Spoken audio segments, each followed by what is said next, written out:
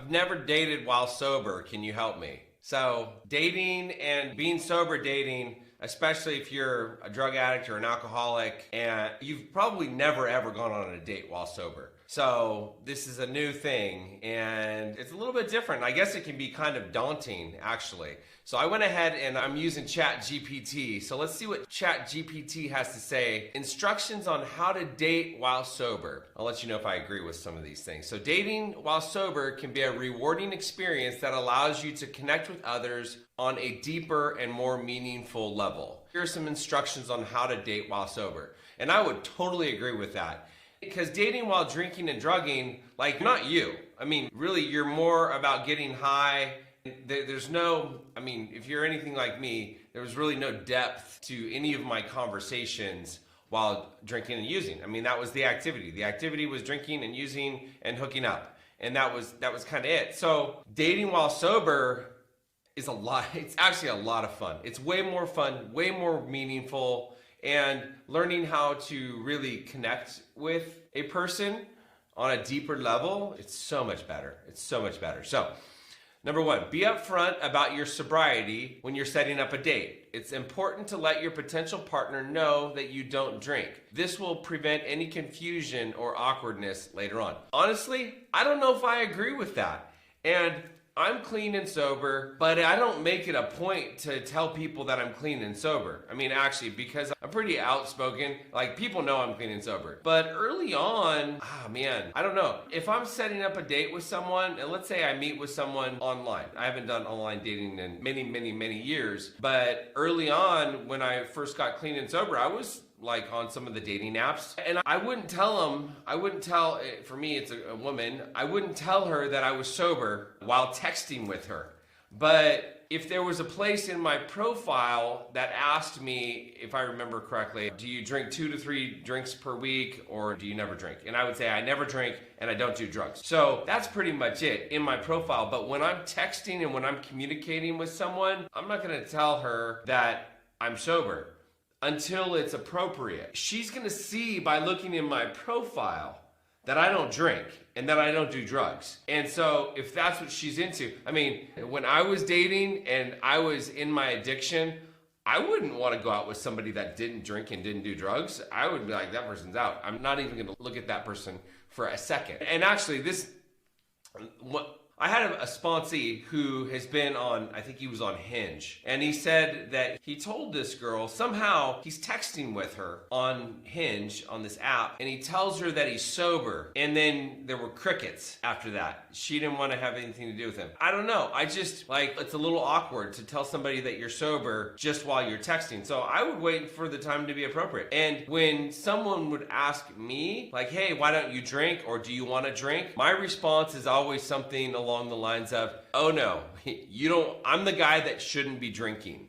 That's typically my response. I don't make it a big deal, but I definitely let people know that I don't drink, I'm not interested, and that's kind of it. And as long as you're with a normie, quote unquote normie, they could care less. That's been my experience. People that I want to spend my time with could care less about drinking. I've dated mostly normies, and the women I date, they're not into drinking and doing drugs. They're the normies that have 1 or 2 drinks and can't even finish a whole drink, even if they wanted to. Okay, so number 2, choose activities that don't involve alcohol. Instead of going to a bar or a club, choose a date activity that doesn't involve alcohol. Some ideas include going for a walk, visiting a museum, seeing a movie, or going to a coffee shop. So yeah, I agree with that 100%. Pick dates that revolve around doing activities. So things that I would do, I like hiking, like going for a hike. A hike is a great date in my experience because especially if you're physically fit, if you're active, you're out, you're doing something active and you're in conversation, you're getting your blood flowing, you're getting that dopamine rush.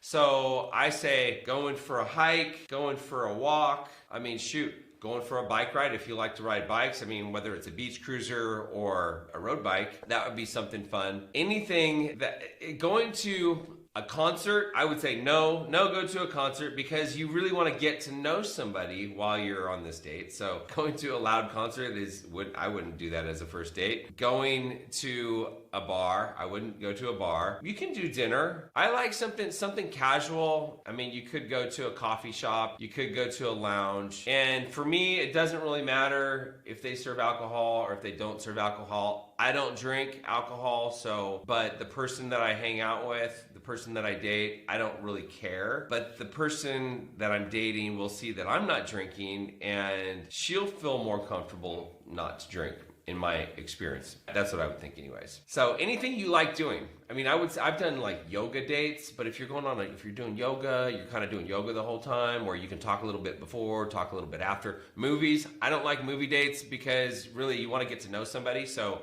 going to a movie means that you're not really talking. So bowling, Top Golf, that's a great one. Anything, they got those places where you shoot darts, what they call like hot shots or something like that. So you can go shoot darts, which I think those are kind of like bar setup. So it depends, and it also depends upon where you're at in your sobriety. Like, how comfortable are you being in social situations where lots of other people are drinking? Like for me, my first couple of years, I pretty much did recovery related activities. And if I was gonna date, I didn't date for my first year because I kind of followed the suggestion. But after that first year, I dated, but I was more comfortable in social situations where people were drinking, more comfortable than my first year anyways. So it kind of depends upon where you're at in your sobriety too, because you don't, like if you're being triggered, which eventually you'll get past that, but if you're still being triggered, then it might not be a good idea to go to a place where people are drinking and partying and it's all about the drugs. It's all about the drugs. It's all about the booze. Going to a football game, going to a basketball game, but those are, in my opinion, you shouldn't go out and spend like all kinds of crazy money either on your first couple of dates, my opinion. Okay, number 3, going back to, this is from OpenAI. So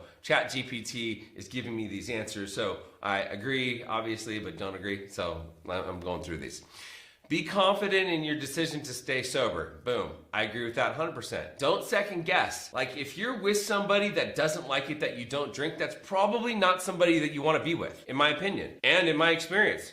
Like if I'm around somebody and they don't like being around me because I don't like to drink and I don't like to do drugs, then guess what? That's not the kind of person I want to be around. Now, those are the people that I used to attract, and if you're newly sober, that might be the type of person you still attract. So you just gotta stay grounded, stay calm, reach out to your sponsor, reach out to your friends in recovery. Remember that your decision to stay sober is a personal choice and it's nothing to be ashamed of. Be confident in your decision and don't let anyone pressure you into drinking. Number 4, focus on getting to know the person. Without the crutch of alcohol, it can be easier to focus on getting to know the person you're dating. I would agree with that. Ask questions, be an active listener, enjoy the moment, laugh, have a good time, be silly, be yourself. This is an opportunity to truly be yourself. And if you're newly sober, again, you're probably still getting used to or getting comfortable or being comfortable in social situations without the social lubricant of alcohol or drugs. So it might take you some time, but just settle into it. I mean, it might be a little uncomfortable. It's like dancing sober. Like I love to dance, but when I was drinking, I wouldn't see me on the dance floor without having a couple of drinks. I think dating's probably somewhat like that too. You just got to go out and do it. And it's all good and you're going to have a great time. You're going to make more meaningful connections on a deeper level. It's going to be way more fun. Okay, number 5, have an exit plan. If you find yourself in a situation where alcohol is present and you're feeling uncomfortable, have an exit plan in place. I agree with this 100%. This could be as simple as calling a friend, taking a ride, share service home, or whatever. So if you didn't drive, if you're with a person and they're drinking, I remember I was out on a date with a girl and we went to Raw Sushi in Old Town Scottsdale and she had a couple of drinks and then we went to a lounge and then she had a couple more drinks. I was driving. Next thing I know, she was wasted and I was a few years sober at this time and I was just like, I was fine, but it was really good for me to see. And I was like, whoa, this is what I definitely don't want. So being clean and sober and being around people that are, I wasn't triggered. I think, far enough along in my recovery and my sobriety that it didn't bother me. It was a huge turnoff. But I couldn't just leave. Like, I couldn't just leave her there. She was wasted. So I took her home. I said, hey, come on, let's go. I got to run. You're wasted. And I brought her home. So that was kind of... So regardless, if you're starting to feel triggered, or if you're with someone that's drinking more than you would like, have a plan in place so that you can leave, early, someone you can call your sponsor, call your friends in recovery. So these are all my opinions on dating while sober. And so best of luck out there. It's super fun, and I will see you in the next video. If you found this video to be of value, be sure to like it, subscribe to our channel if you want to see more videos, leave a comment if you have a question, if you've got something to say. Camelback Recovery provides treatment services for people struggling with mental health, mental illness, addiction, alcoholism. So if you or someone you know is struggling, be sure to reach out to us. You can go to our website, camelbackrecovery.com, or our information is in the comments section below. And we provide everything from detox, inpatient, outpatient treatment, sober living, recovery coaching, sober companion services. So either we'll be able to help you, or we'll be able to refer you to people or treatment centers that might be a better fit. So I will see you in the next video.